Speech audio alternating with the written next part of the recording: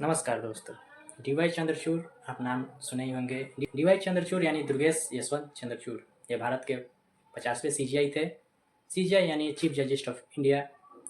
Supreme court के सबसे ऊपर के ओहदे पर जो व्यक्ति बैठते हैं उन्हें सीजीआई कहा जाता है। विगत सप्ताह उनका रिटायरमेंट का अनाउंस हो चुका है। 10 नवंबर को उनका रिटायरमेंट हुआ और उनकी जगह पर सीजीआई के रूप में जस्टिस संजीव खन्ना नियुक्त हुए। तो इनका कार्यकाल के बारे में हम विस्तार से थोड़ी सी चर्चा करेंगे। 11 नवंबर 1959 को मुंबई के महाराष्ट्र शहर में हुआ। उनकी प्रारंभिक शिक्षा सेंट स्टीफन कॉलेज दिल्ली में हुआ।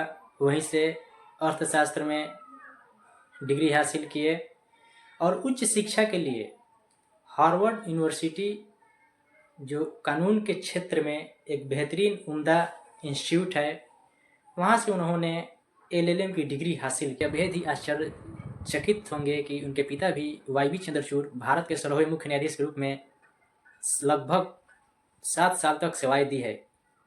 संभवतः बाप और बेटे की ये जोड़ी रिकॉर्ड कायम रहेगी सुप्रीम कोर्ट के सीजीआई के रूप में।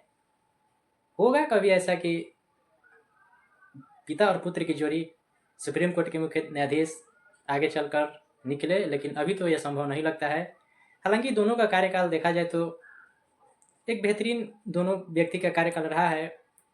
डीवाई चंद्रचूड़ ने तो अपने पिता के 2 बड़े फैसले को सुप्रीम कोर्ट में पढ़ते हैं कि भारत के मुख्य न्यायाधीश या कहीं का भी मुख्य न्यायाधीश जब अपने ओहदे पर बैठते हैं तो वो सिर्फ जज फैसला साक्ष्य के रूप में देना चाहते हैं।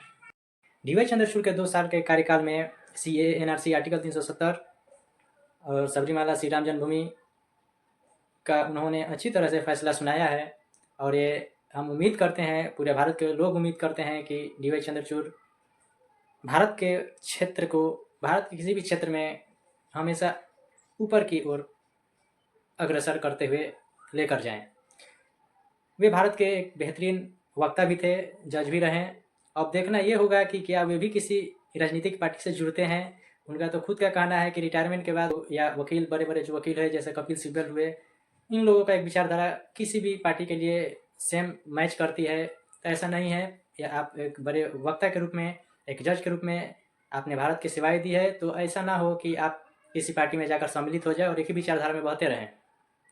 और यह भी है कि डीवाई चंद्रचूड़ खुद बोले हैं कि कोई भी वक्ता, बड़े वकील या जज रिटायरमेंट के बाद किसी पार्टी में शामिल ना हो। किसी पार्टी के जो वकील है जैसे कपिल सिब्बल हुए, इन लोगों का एक विचारधारा किसी भी पार्टी के लिए सेम मैच करती है। तो ऐसा नहीं है। या आप एक बड़े वक्ता के रूप में, एक जज के रूप में आपने भारत की सेवाएं दी है, तो ऐसा ना हो कि आप किसी पार्टी में जाकर सम्मिलित हो जाए और एक ही विचारधारा में बहते रहें।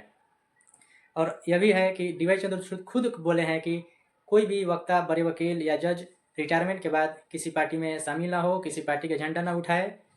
इससे जज पर से भरोसा उठ जाता है आम आदमी को। तो हम उम्मीद करते हैं कि डीवाई चंद्रचूड़ अपनी बातों पर। डीवाई चंद्रचूड़ ने रिटायरमेंट सेरेमनी में अपने पिता से जुड़ी एक किस्सा सुनाया। उन्होंने बताया कि उनके पिता ने पुणे में फ्लैट खरीदे। तो चंद्रचूड़ ने पूछे कि आप पुणे में फ्लैट खरीद रहे हैं, वहाँ हम लोग कब रहने जाएंगे। पिता ने बताया कि हमको मालूम है कि हम लोग वहाँ नहीं रहने जाएंगे, लेकिन हम तुम्हारे साथ कब तक रहेंगे ये हम भी नहीं जानते हैं। हाँ, तुम इस फ्लैट को तब तक अपने पास रखना जब तक कि तुम सीजीआई के रूप में, मुख्य न्यायाधीश के रूप में अपनी कार्यकाल पूरा नहीं कर लेते। उन्होंने पूछा, ऐसा क्यों? मेरे पिता ने कहा, वकील या जज रहते हुए कभी भी अपने उसूलों से समझौता मत करना। ये मत सोचना कि तुम्हारे पास रहने के लिए अपना छत नहीं है। गजब का पिता की शिक्षा एक पुत्र के लिए था। डीवाई चंद्रचूड़ भी एक सरल स्वभाव के व्यक्ति हैं।